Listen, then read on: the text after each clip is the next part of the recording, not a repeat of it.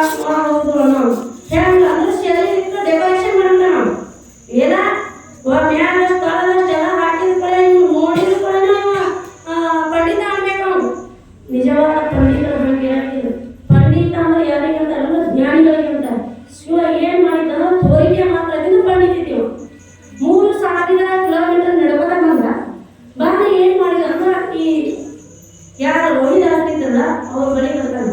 ಅವನು ಒಂದು ಸ್ವಲ್ಪ ಜೋಡುಗಳು ಸಿಕ್ತಿರ್ತಾವ. ಮುಂದಿನ ಏನಂತ ನನ್ನ ಜೋಡುಗಳು ಇರ್ತಾವು ಮತ್ತು ಜಲ್ದಿ ಜೋಡಿಸ್ಕೊಂಡು ಕಾಶಿ ವಿಶ್ವನಾಥನ ದರ್ಶನ ಮಾಡಬೇಕು, ನೀನು ಜಲ್ದಿ ಆದಷ್ಟು ಜೋಡಿಸ್ಕೊಡು ಅಂತ. ಅವಾಗ ರೋಹಿದಾಸ್ ಅಂತಾನೆ, ನಿಲ್ಲಿ ಸ್ವಾಮಿಗಳೇ, ನನಗೂ 5 ನಿಮಿಷ ಕಾಶಿ ವಿಶ್ವನಾಥನ ದರ್ಶನ ಮಾಡೇ ನಿಮ್ಮ ಜೋಡುಗಳನ್ನು ಹೊಲಿತೀನಿ. ಮತ್ತು ನನ್ನ ಕಾಯಕ ನಾನು ಚಾಲೂ ಮಾಡಬೇಕಂದ್ರೆ ನಾನು ಕಾಶಿ ವಿಶ್ವನಾಥನ ದರ್ಶನ ಮಾಡಬೇಕು, ಅವರಿಗೆ ಪೂಜಾದಿಗಳನ್ನು ಮಾಡಬೇಕು ಅಂತ.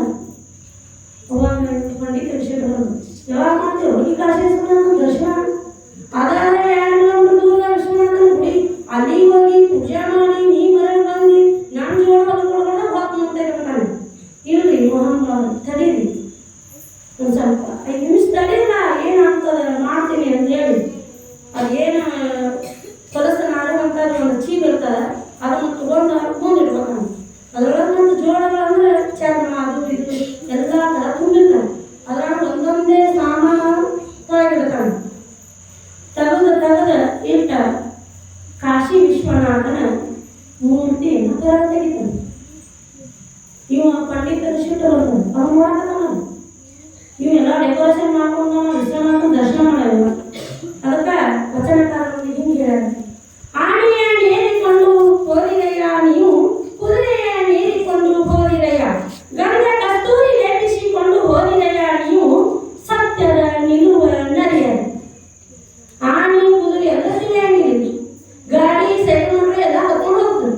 ಅದು ಆತನು ವಿಮಾನ ಹೆಲಿಕಾಪ್ಟರ್ ಮೇಲೆ ಹೋಗ್ತದೆ, ಹಂಗ ಹೋಗಂಗಿಲ್ಲ. ಗಂಧ ಕಸ್ತೂರಿ ಅಂದ್ರೆ ಇವೇನು ಹಚ್ಕೊಂಡಿರಲ್ಲ, ಶೇಂಗಾ ಪರ್ಫ್ಯೂಮ್ ಎಲ್ಲ ಹಚ್ಕೊಂಡು ಹೋಗ್ತೀವಿ. ಆಗ ಇಷ್ಟೆಲ್ಲ ಹಚ್ಕೊಂಡು ಹೋದ್ರು ಸತ್ಯದ ನಿಲುವ ನರಿಯರು.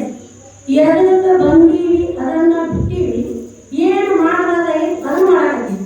ಎದಕ್ಕೆ ಬಂದೀವಿ ಎಲ್ಲ ನಾನಾದರೂ ತಿಳಿಯಲ್ಲ. ಈ ಮನುಷ್ಯ ಜನ್ಮದ ಸಫಲತೆಯನ್ನು ಪಡೆಯಲಿಕ್ಕೆ ಪರಮಾತ್ಮ ಈ ಮನುಷ್ಯ ಜನ್ಮವನ್ನು ಕೊಟ್ಟಾನ.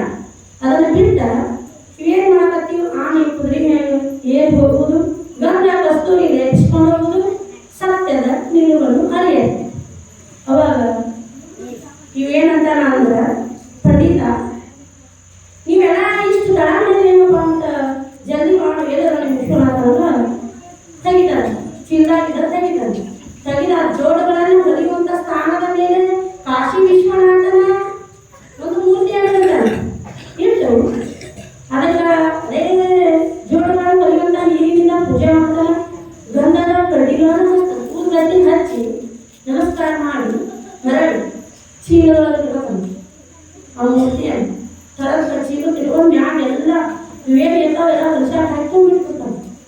ಅವಾಗ ಪಂಡಿತನಿಗೆ ಕೊಡುಕೋ ಏನು ಚೀ ನೀನು ನನ್ನ ಪಾದರಕ್ಷೆಗಳನ್ನು ಮುಟ್ಟಬೇಡ, ನೀ ನನ್ನ ಪಾದರಕ್ಷೆಗಳನ್ನು ಮುಟ್ಟಾಕು ಯೋಗ್ಯ ಇಲ್ಲ ನೀನು. ಯಾಕಂದ್ರೆ ನಾನು 3000 ಕಿಲೋಮೀಟರ್ ನೋಡ್ಕೊಂಡು ಬಂದೀನಿ. ಅಂತ ವಿಶ್ವನಾಥನ ದರ್ಶನ ಮಾಡಾಗ ನೀವಿದ್ರೆ ಇಂಥ ಹೊಲಸು ಚಿಂದಾಗಿಟ್ಟಿ, ಇಂಥ ಹೊಲಸನಾದ್ರು ಚಿಂದಾಗಿಟ್ಟಿ ಅವನು. ಮತ್ತು ಇದನ್ನೆಲ್ಲ ನೀವು ಮಾಡ್ತೀನಿ ಅನ್ನೋ ಪಾಪ ಹತ್ತಾಗಿಲ್ಲ ಏನು ಅಂತ. ಅವಾಗ ರೋಹಿದಾಸ್ ಬರ್ತಾರೆ, ಪಾಪ ಹತ್ತಾಗಿಲ್ಲ. ಅವಾಗ ನಾನು ಮೊದಲು ಹಲಸಿಂದಾಗಿಟ್ಟ ನೋಡಿರ್ತಾನ. ಯಾವ ನಿನ್ನೆ ಅಂಚಿನ ನೀವು ಚಲೋ ಅಂತಾನೆ ನೀವು ಬೇರೆ ಮ್ಯಾಗಿಂದ ನೋಡಾಕತ್ತಾರೆ, ಒಳಗಿಂದ ಏನು ನೋಡೇವಿ.